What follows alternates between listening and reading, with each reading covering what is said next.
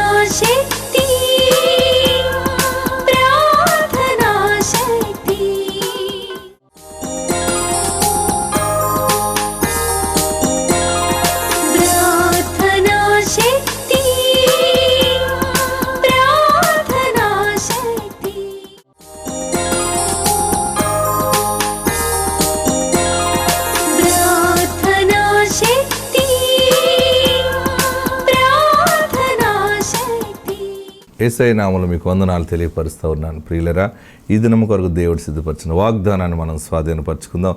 పరిశుద్ధ గ్రంథంలో నుండి ఇర్మియా గ్రంథము 1వ అధ్యాయము 19వ వచనం ద్వారా ప్రభు మిమ్మల్ని దర్శిస్తూ ఉన్నారు. నోట్ చేసుకోండి. ఇర్మియా గ్రంథము 1వ అధ్యాయము 19వ వచనం. Jeremiah chapter 1 verse 19. వారు నీతో యుద్ధము చేతురు గాని నిన్ను విడిపించుటకు నేను నీకు తోడై ఉన్నందున వారు నీపైన విజయము పొందజాలరు. ఇదే యెహోవా వాక్కు. దేవునికి మహిమ కలుగునుగాక. అసలు మన దేవుడు ఎంత గొప్ప దేవుడు అంటే, అసలు తన బిడ్డలైన మనల్ని చాలా ఘనముగా ఎంచుతూ ఉంటుంటాడు ఆయన. ఇక్కడ ఎంత పెద్ద మాట చూడండి. వారు నీతో యుద్ధము చేతురు కానీ నిన్ను విడిపించుటకు నేను నీకు తోడై ఉన్నందున వారు నీపైన విజయము పొందజాలరు. అమ్మో, ఇంతంత పెద్ద పెద్ద మాటలు మాట్లాడుతుంటే ఇంట్లో నేను ఎలా ఉండగలుగుతాను? ఈ మనుషులు ఎదుట ఎట్లా నేను జీవించాలి? ఎలాగా నడవాలి?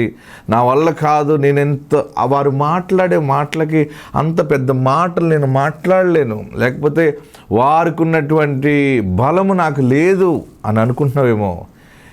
ఇంతవరకు ఎన్నో మాటలు పడి ఉండొచ్చు, ఎంతో భయము ఆందోళనతో నువ్వు బ్రతుకుతున్నావేమో. కానీ నిన్ను ఆయన అక్కడి నుంచి విడిపిస్తున్నాడు. ఆయన దేవునికి మహిమ కలుగును. ఫస్ట్ ఆఫ్ ఆల్ నిన్ను ఆయన విడిపించడానికి ఒక బలమైన వాడు. అవతల బలం నీకు 100 అయితే ఈయన 10,000 బలం ఉన్నవాడు నీ పక్షముగా ఉన్నాడు. అందుకని కీర్తనగాడు అంటాడు, 1000 మంది నా పక్కన పడినాను, 10,000 మంది నా కుడి ప్రక్కన పడినాను, నేను భయపడను, నాకు ఆయన తోడున్నాడు, నేను ఆయన శరణజొచ్చి ఉన్నాను. దేవునికి మహిమ కలుగును గాక. ఒక చోట అయితే కీర్తనకాడు అంటాడు, నేను యెహోవా శరణజొచ్చి ఉన్నాను, పక్షి వలె నీవు నీ కొండకి పారిపో అని మీరు నాతో చెప్పుటేయాలా?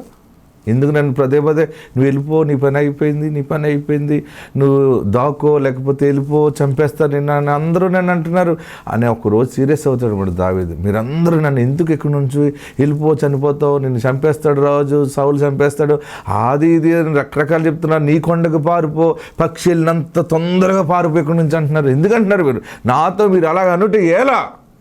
నేను యెహోవా శరణజొచ్చి ఉన్నాను. నో, నేను ఎక్కడికి వెళ్ళినాడు అంతే. ఎవడేం చేస్తాడు? నన్ను చేసేది ఎవరు? అసలు బలమైన ఆశ్రయదుర్గము నాకుండగా, నాకు అంటే మన చుట్టుపక్కల వాళ్ళకి మనకు ఏదైనా కష్టము శ్రమ ఉన్నప్పుడు నువ్వు అటు వెళ్ళిపోలే, తలనప్పు అడుగు, వీళ్ళని అడుగు, ఇటు వెళ్ళిపో, ఇక్కడ వెళ్ళి తీసే, ఇల్లు ఖాళీ చేసే, రకరకాలుగా ఉంటారు. నువ్వు చెప్పాలి, నువ్వు నిజంగా దేవుని నమ్మిన బిడ్డవైతే నేను యెహోవా శరణజొచ్చి ఉన్నాను. ఇక్కడ ఈ యొక్క ఇర్మియా గ్రంథంలో అద్భుతమైన మాట చూడండి. వారు నీ మీద యుద్ధము చేస్తారు, నిన్ను అన్ని రకాలుగా టార్గెట్ చేస్తారు, కానీ నీవు ఆ టార్గెట్లో, ఆ యుద్ధములో కూలిపోవు. నిన్ను నేను కూలిపోయే టైంలో పక్క తీసుకొచ్చి పెడతాను. తర్వాత వారందరూ ఓడిపోతారు, నీ పైన వారు విజయం నందరు, అంటే నీవే విజయం పొందుతావు. దేవునికి మహిమ కలుగునుగాక. ఏ బలమున్నా లేకపోయినా నీ బలము వారికి కనబడకపోవచ్చు, నీ బలము నీకే తెలియకపోవచ్చు, కానీ నిన్ను ఏర్పాటు చేసుకున్నవాడు నీకు ఆశ్రయదుర్గముగా ఉన్నాడు. ఆయన నీ బిడ్డలను, నీ కుటుంబాన్ని ఆయన కునుకకుండా కాపాడుకుంటూ ఉన్నాడు. నీ పైన ఎవరు విజయం పొందలేరు. నీదే రాజ్యం, నీదే విజయం, నీదే ఉన్నతమైన సాక్ష్యము. ఆత్మ తోడుండును గాక. God bless you. వాక్య భాగంలోకి వెళ్దాం. కీర్తన గ్రంథము 14వ అధ్యాయాన్ని ధ్యానం చేసుకుందాం. మంచి దేవుడు మనకున్నాడు, అన్నీ ఇచ్చే దేవుడు మనకున్నాడు. ఎస్, దేవుడు లేడని బుద్ధిహీనులు తమ హృదయములో అనుకొందురు. దేవుడు లేడని బుద్ధిహీనులు తమ హృదయములో అనుకొందురు. వారు చెడిపోయిన వారు అసహ్య కార్యములు చేయుదురు. మేలు చేయువాడొకడును లేడు. వివేకము కలిగి దేవుని వెదకువారు కలరేమో అని యెహోవా ఆకాశము నుండి చూచి నరులను పరిశీలించెను. వారందరూ దారి తొలగి బొత్తిగా చెడి ఉన్నారు. మేలు చేయువారెవరునూ లేరు, ఒక్కడైనను లేడు. హల్లెలూయా, హల్లెలూయా. జీవముల దేవుని సన్నిధానములో దావీదు కీర్తన. దావీదు విషయంలో చాలా మాటలు, అంశాలు ప్రభు మనకు బయలుపరుస్తూ ఉన్నారు. ఇక్కడ ఏమంటున్నాడంటే దావీదు, దేవుడు లేడని బుద్ధిహీనులు తమ హృదయములో అనుకొందురు. వారు చెడిపోయిన వారు. దేవుడు లేడని చెప్పే ఏమంటారు మన వాళ్ళు ఇక్కడ? నాస్తికులు అంటే దేవుడు లేడంటారు వారు. దేవుడు లేడు, ఎవరు లేరు, ఎవరు లేకుండా వీరే ఉన్నారు. దేవుడు లేడని చెప్పడం అంటే నాస్తికులే కాదు, నాస్తికులు కాకుండా ఉన్నవారు కూడా, అంటే దేవుని నమ్మలేని వారు, విశ్వసింపని వారు, అవిశ్వాసులు. ఏంటంటే యథార్థముగా 100% ఆధారపడకుండా ఉండటం. ఎందుకు ఈ మాట దావీదు చెప్తున్నాడంటే, దావీదుకి శ్రమ వచ్చినప్పుడు, దావీదుకి కష్టం వచ్చినప్పుడు ఏ పక్కకన్నా వెళ్తా అందరూ కూడా, నువ్వేంటి ఇక్కడికి వచ్చి దాక్కుంటున్నావు, ఎందుకు దాక్కుంటున్నావు, నీకు ఎందుకు ఇంత దాక్కునే పని, నీ బ్రతికేదో నువ్వు బ్రతకొచ్చు కదా, నీ గొర్రెలు మేపుకునేదో నువ్వు గొర్రెలు మేపుకోవటం మానేసి ప్రతి ఒక్కరికి నేను ఇజ్రాయేల్ దేశానికి నేను రాజునవుతాను, సమూయేలు దైవజనుడు నేను రాజునవుతానని చెప్పాడని అందరికీ నువ్వు చెబుతున్నావు. నువ్వేంటి, నీ బ్రతుకేంటి, నువ్వు గొర్రెలు మేపుకుని బ్రతుకు అని మాట్లాడుతావు, బాధపడతా ఉంటావు. దావీదు దేవుని వాగ్దానమును 100% నమ్మాడు. దేవుడు అబద్ధికుడు కాడు. నా దేవుడు ఒక ప్రవక్తను పంపించి నాకు జవాబిచ్చాడు. మన పరిస్థితులు ఏది ఎలాగున్నా కానీ ఆయన నిజమైన వాడు, నిన్ను ఆయన ఆవరించి ఉన్నాడు. హల్లెలూయా, హల్లెలూయా. శ్రమలు, శోధనలు మనల్ని ఆవరిస్తున్నప్పుడు విశ్వసించని వారు, అవిశ్వాసులు, వారి మాటలు మన విశ్వాసం మీద దాడి చేస్తాయి, మన మనసు మీద దాడి చేసి కొన్ని సమయాల్లో నిజమే దేవుడు ఉంటే నాకు ఎందుకు ఇంత అన్యాయం జరుగుతుంది, దేవుడు ఉంటే నాకు ఎందుకు ఇలా జరుగుతుంది. నేను ఎన్నో మార్లు దేవుడిని ప్రేమించాను, ఆరాధించాను, నేను ఆ చిన్ననాటి నుండి దేవుడిని స్తుతిస్తున్నాను, మాకెందుకు ఇంత అన్యాయం జరిగింది, మాకెందుకు ఇన్ని అప్పులైపోయాం, మా ఇంట్లో ఈ మనుషుని ఎందుకు కోల్పోయాం, ఎందుకు మా జీవితం ఇలాగా మొత్తం బరస్ట్ అయిపోయింది అని అనుకుంటాం కొన్ని సమయాల్లో. కానీ ఆయన నీ ఇంటిని ఆవరించి ఉన్నాడు. ఏది జరిగినా అది నీ మేలు కొరకు జరిగిస్తున్నాడు, ఆయన మహిమార్థము జరిగిస్తున్నాడు. ఆయన సాక్షిగా ఈ సంవత్సరమే నువ్వు ఉండబోతా ఉన్నావు. నమ్మిన వారందరూ కూడా చేతులు పైకెత్తి గట్టిగా చప్పటి కొట్టి ప్రభుని స్తుతించండి. దేవుడు లేడు, దేవుడి కార్యాలు లేవని ఎవరు అనుకున్నా కానీ నేనైతే నా దేవుని నమ్ముతున్నాను. ఆమేన్. హల్లెలూయా, హల్లెలూయా. దేవుడు లేకుండా జరుగుతాయా? చెప్పండి, జరుగుతాయా? కీర్తనకాడి దావీదు అన్నాడు, నేను నా తల్లి గర్భములో పిండమునై ఉండగా నీ కన్ను నన్ను చూసింది. ఒక నీటి బిందువుగా ఉన్న నన్ను, కాళ్ళు, చేతులు, ముఖము, తల, ఈ రూపకల్పన. నేను మొన్న ఒక డాక్టర్ గారితో మాట్లాడుతుంటే డాక్టర్ అంటాడు, పాస్టర్ గారు కోసి చూస్తూ ఉంటుంటే మేము చదివిన ఈ మెడిసిన్ కోర్స్ అంతా కూడా ఎక్కడికక్కడ ఎంత తెలివిగా వాటర్ ఫిల్టర్ చేసేది పెట్టాడు, లోపల ఎయిర్ కండిషన్ పెట్టాడు, గాలి బ్లేడర్ ఆ చెత్త అంతా బయటకు వదిలేసి ఫ్రెష్ గాలి లోపల లాక్కునేలాగా. ఈ ఎంత క్రమశిక్షణగా హార్ట్ అది పని చేయాలో దానికి సంబంధించిన పైప్ లైన్లు, వైరింగు, జనరేటరు, పవరు, ఉష్ణోగ్రత, ఇన్ని రకాలు ఇందులో పెట్టాడండి. 2 లైట్లు పెట్టాడు, ఒక డబల్ పొగొట్టం ఒకటి పెట్టాడు. ఆయన బాగా మెకానికల్ కూడా చేసినట్టున్నాడు, బాగా అందులో ఇందులో మిక్స్ చేసి మాట్లాడుతూ. మనిషిని దేవుడు ఇన్ని రకాల చేశాడు. దేవుడు చేయకపోతే ఇన్ని రకాలు ఉంటాయా ఇందులో? దేవుడు మానవుణ్ణి చేశాడు, చాలా ప్లాన్ ప్రకారం చేశాడు.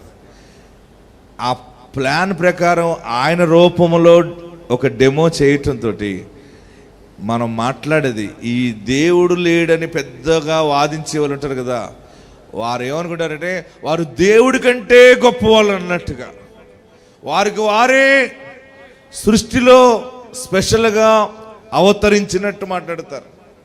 నాస్తిక వాదము, వారు ప్రతిదానికి వాదిస్తారు. వారితో మనం వాదించలేము, నిజంగా అన్ని మాట్లాడతారు వారు. దేవుడు దేవుడు అంటే నీకు ఉద్యోగం లేకపోతే ఎలా బతుకుతావు? ఉద్యోగం కష్టపడుతున్నావు, నీకు డబ్బులు వస్తున్నాయి, నువ్వు తింటున్నావు, ఇంక ఇందులో దేవుడు ఏంటి అంటాడు. నీవు చెప్పాలి, ఆ ఉద్యోగం చేసుకునే ధన్యతను దేవుడిచ్చాడు. హల్లెలూయా, హల్లెలూయా, హల్లెలూయా. దావీదు వాగ్దానాన్ని, దావీదు విశ్వాసాన్ని అందరూ గుణపాలుచుకుని పొడి చేస్తూ ఉంటారు. ఒక చోట ఏమన్నాడు, నేను ఆయన శరణుజొచ్చి ఉన్నాను అంటే, పక్షి వలె నీ కొండకు పారిపో అని మీరు నాతో చెప్పుటేలా అని ఒక్క చోట యుద్ధము చేశాడు, గట్టిగా మాట్లాడాడు. కొన్ని సమయాల్లో మన విశ్వాస దర్శనం, మన విజన్కి మనం రీచ్ అవటానికి మనం ప్రయాణం చేస్తున్న ఈ జీవిత ప్రయాణంలో అవిశ్వాసముతో ఉన్న మాటలు, పరిస్థితులు మన మీద దాడి చేస్తున్నప్పుడు మనం ఏం చేయాలంటే, నేను ఏది నమ్మానో దానికి దేవుడు నన్ను నడిపించును గాక, ఆయనే నాకు తోడుండును గాక అనే విశ్వాసమును ధరించుకుని పోవాలి. ఏదైనా ఒక ఉన్నతమైన దర్శనాన్ని నువ్వు పెట్టుకున్నప్పుడు ఆయన నీకు ఇచ్చిన ప్రతి మాట, ఒకసారి చూడండి, కొరింథీయులకు రాసిన 2వ పత్రిక 1వ అధ్యాయం 20వ వచనం ఒకసారి చదవండి. దేవుడు లేడని ఎవరంటారంటే, దేవుని కార్యాలని చూడలేని వారు అంత ఆత్మ సంబంధమైన స్థితిలో లేని సమయంలో, చూడండి కొరింథీయులకు రాసిన 2వ పత్రిక 1వ అధ్యాయము 20వ వచనం చదివి సహాయం చేయండి ఒకసారి. దేవుని వాగ్దానములు, అందరూ అండర్లైన్ చేసుకోండి. కొరింథీయులకు రాసిన 2వ పత్రిక 1వ అధ్యాయము 20వ వచనం, దేవుని వాగ్దానములు ఎన్ని అయినను అన్నియు క్రీస్తునందు అవునన్నట్టుగానే ఉన్నవి గనుక మన ద్వారా దేవునికి మహిమ కలుగుటకై అవి ఆయన వలన నిశ్చయములై ఉన్నవి. ఆమేన్. నాతో ఈ మాట చదవండి, గట్టిగా చెప్పండి. దేవుని వాగ్దానములు ఎన్ని అయినను అన్నీయు క్రీస్తునందు అవునన్నట్టుగానే ఉన్నవి గనుక మన ద్వారా దేవునికి మహిమ కలుగుటకై అవి ఆయన వలన నిశ్చయములై ఉన్నవి. మనం ఏమున్నా లేకపోయినా, మన అమ్మ నాన్న ఆస్తి ఇచ్చిన ఇవ్వకపోయినా, దేవుని వాగ్దానమే మన ఆస్తి. కొందరు ఆ తల్లితో మాట్లాడతారు, నాకు ఏమి ఇచ్చావు నువ్వు. కొందరు తల్లితో తండ్రితో మాట్లాడతారు, నువ్వేమిచ్చావు. ఆస్తులు అంతస్తులు కంటే దేవుని వాగ్దానము గొప్పది. నాకు చాలా వాగ్దానాలు ఉన్నాయి. ఇంతకుముందు ఆ వాగ్దానం వచ్చింది, తర్వాత ఈ వాగ్దానం వచ్చింది, ఈ వాగ్దానం ద్వారా దేవుడు మాట్లాడాడు అని కొంచెం ఆలస్యం అయ్యేటప్పటికి నువ్వు మర్చిపోవచ్చు. మరొక వాగ్దానం పొందుకున్నాక దాన్ని మర్చిపోవచ్చు నువ్వు, కానీ ఆయన నీకు ఇచ్చిన ఏ వాగ్దానం మర్చిపోవడు ఆయన. ఆమేన్. ఇప్పటికి నీకు ఒక 100 వాగ్దానాలు వచ్చి ఉండొచ్చేమో, బహుశా ఒక 50 వాగ్దానాలు వచ్చి ఉండొచ్చేమో, 200 వాగ్దానాలు వచ్చి నేను అనుకుంటున్నావేమో. 200 300 1000 వాగ్దానాలైనా ఇక్కడ ఏమన్నాడంటే క్రీస్తునందు అన్ని అవునన్నట్టుగానే. దేవుడు అన్ని అవునన్నట్టుగానే చేస్తున్నాడు. దేవుడు చేస్తున్నాడని నమ్మితే 2 చేతులు పైకెత్తి గట్టిగా హల్లెలూయా చెప్పి, ఆయన నెరవేర్చగల సమర్థుడు, ఆయన నెరవేర్చగల సమర్థుడు, ఆయన నెరవేర్చగల సమర్థుడు. మరిన్ని 10,000 వాగ్దానాలు ఉన్నా సరే నెరవేరుస్తాడు. అసలు నువ్వు సంపాదించడమే, వాగ్దానం సంపాదించడమే గొప్ప. ఆమేన్. దావీదు అంటున్నాడు, దేవుడు లేడని బుద్ధిహీనులు తమ హృదయములో అనుకుంటారు. నేను పెద్ద మాటలు చెబుతూ ఉంటుంటే నన్ను హేళన చేస్తూ ఉన్నారు.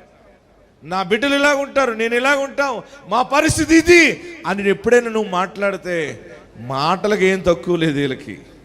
బ్రతుకు ఏమి లేదు కానీ, బ్రతుకు బస్ స్టాండ్ కానీ, మాటలు మాత్రం ఎయిర్పోర్ట్ దాటేస్తున్నాయి అంటారు. ఎవరైనా అనుకున్నా మీరు చెప్పాలి, ఎస్ ఎయిర్పోర్ట్ కంటే ఇంటర్నేషనల్ ఎయిర్పోర్ట్ దాటేస్తుంది మా మాటలు అని చెప్పాలి. మన పరిస్థితులు చీకటిగానే ఉండొచ్చు, మన పరిస్థితులు బలహీనంగానే ఉండొచ్చు. దేవుడిచ్చిన వాగ్దానము ఆకాశ మహాకాశ సూర్యుని శక్తిని దాటి పైకి వెళ్ళగలిగేటువంటి అంత అద్భుతమైన శక్తి కలిగిన మాట దేవుని మాట మూట. ఆమేన్. ఈ ఒక్క మాట సరిపోద్ది మనం బ్రతకటానికి. ఇది ఒక 1000 సంవత్సరాలు బ్రతకొచ్చి ఈ ఒక్క మాట వాగ్దానం తట్టి. ఏమన్నాడు కొరింథీ పత్రికలో, నాకు ఎంత ఇష్టమో ఈ మాట అంటే, గనుక మన ద్వారా దేవునికి మహిమ కలుగుటకై. నా ప్రియ సహోదరులారా, ఈ దినాన్ని దేవుడిచ్చే ఒక గుడ్ న్యూస్ ఏంటంటే, నీకు ఇంతవరకు నీ వాగ్దానాలు తీసుకున్న నువ్వు మర్చిపోయేవేమో, నీతో మాట్లాడిన అన్నీ మర్చిపోయేవేమో. ఆయన మర్చిపోలేదు. నీ వాగ్దానాలన్నీ ఒక బుడ్డిలో చేర్చబడ్డాయి. అవన్నీ దేవుడు కృపను బట్టి ఈ సంవత్సరము ప్రతి ఫైలు తీస్తాడు, ప్రతి ఫైలు తీస్తాడు. ఆ ప్రతి ఫైల్లో నీ వాగ్దానములో నుండి ఒలీవ మొక్కలు బయటకు వస్తాయి, ద్రాక్ష మొక్కలు బయటకు వస్తాయి, అంజూరపు మొక్కలు బయటకు వస్తాయి, గెలలు గెలలుగా ఫలాలతో ఉంటాయి. నీవు ఫలిస్తావు. ఈ సంవత్సరం నుండి నోట్ చేసుకోండి, 7 సంవత్సరాలు అద్భుతంగా ఫలిస్తారు మీరు. 2031 మీకు దమ్ముందా? నమ్మే దమ్ముందా? దమ్ముందన్న వాళ్ళు గుప్పుడు మూసి కుడిసేపైకి ఎత్తండి. ఒక ప్రాఫెసీ రిలీజ్ అయింది ఇప్పుడే. ఈ సంవత్సరం ఈ నెల నుండి 7 సంవత్సరాలు మీకు మంచి కాలము నడుచును.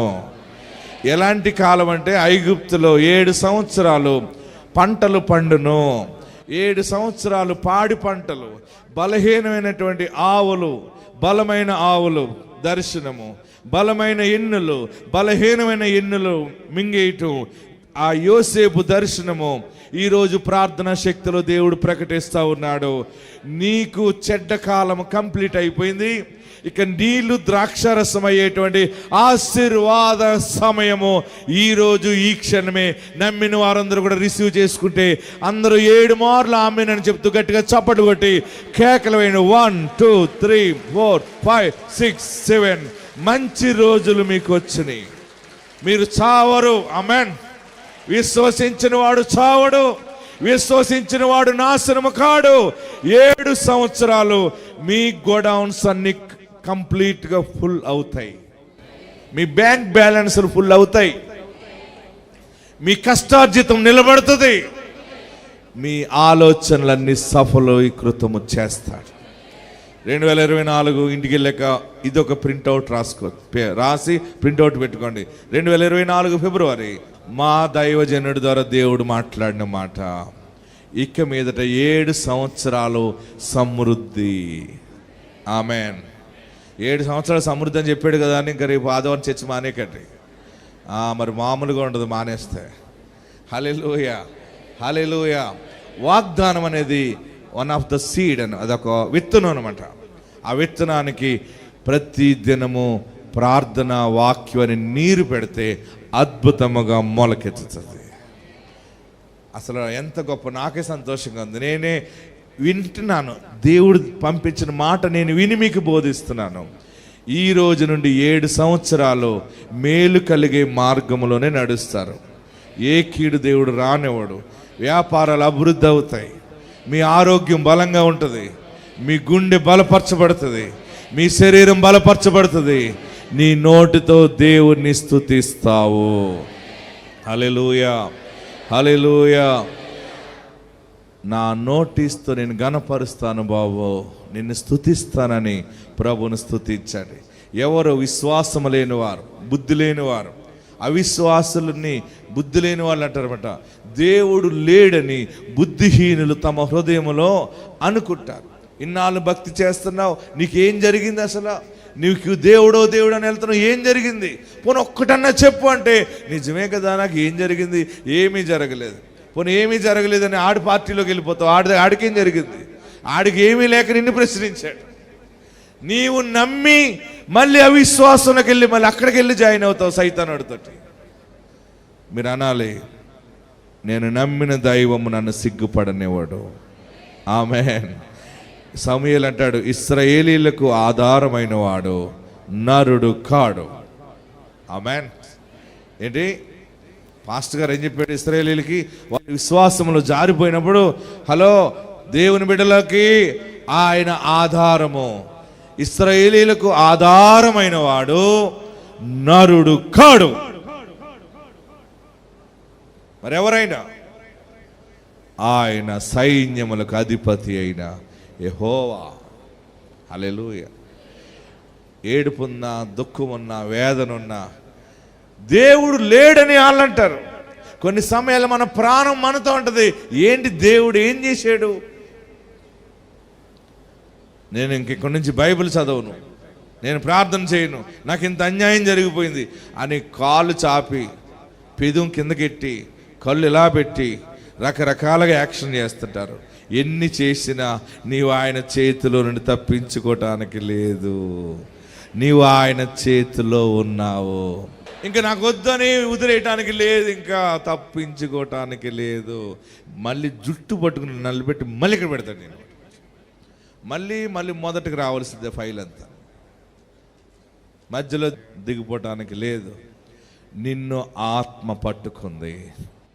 నువ్వెంత అజ్ఞాతంలోకి వెళ్ళిపోతున్నా నిన్ను అక్కడి నుంచి పట్టుకొచ్చి నీకు ఆశీర్వాదకరమైన సమయం వచ్చినప్పుడు అక్కడే పట్టుకొచ్చి దీవిస్తాడు. నిన్ను ఆయన నడిపిస్తాడు. అందరూ తలలు వంచండి, కళ్ళు మూసుకునండి. అవిశ్వాసివి కాక విశ్వాసమై ఉండు. ఎక్కడున్నవారు అక్కడ లేచి నిలబడండి. దేవుడు ఉన్నాడని నోటితో మాట్లాడుతున్నావు, బైబిల్ పట్టుకుని వెళ్తున్నావు, కానీ నీ మనస్సు దాన్ని అంగీకరించట్లేదు. నీ మనస్సు టోటల్ విరుద్ధంగా ఉంది. నువ్వు నమ్మలేకపోతున్నావు. ఆలస్యమైంది, ప్రొలాంగ్ అయిపోయింది. ఇక ఇది జరగదేమో, ఇది నడదేమో, మా బ్రతికి ఇంతేనేమో. నిజమే, నాస్తికులు చెప్పిందే కరెక్ట్ కదా. ఇన్నాళ్ళు చేసిన భక్తి ఏమైపోయింది? నీ దేవుడేమాయను అని ప్రజలు అంటుంటే నీ మనసు కలత చెందుతుందా? మనసు పాడైపోయిందా? తన యందు భయభక్తుల వారికి తాను దాచిపెట్టిన మేలు ఎంతో గొప్పది. అది కంటికి కనపడదు, చెవికి వినపడదు, హృదయమునకు అగోచరము. ఆయన వాగ్దానములన్నీ అవునన్నట్టుగానే ఉంటాయి. సమస్తము నీవై ఉన్నావు నా దేవా. నా దేవా నీకు వందనాలు. నా దేవా అడుగుతున్నావా, ఏమీ కాలేదు, ఏంటి పరిస్థితి, నాకే ఎందుకు అన్యాయం చేసావు నువ్వు, ఇది అన్యాయం కాకపోతే ఏంటి అని కూడా ప్రశ్నించావు. అందుకే దేవుడు నీతో మాట్లాడుతున్నాడు. ఆయన అన్యాయస్తుడు కాడు, నీకు అన్యాయం చేయటానికి లేడైనా, నీకు న్యాయము చేయటానికి వచ్చాడు ఆయన.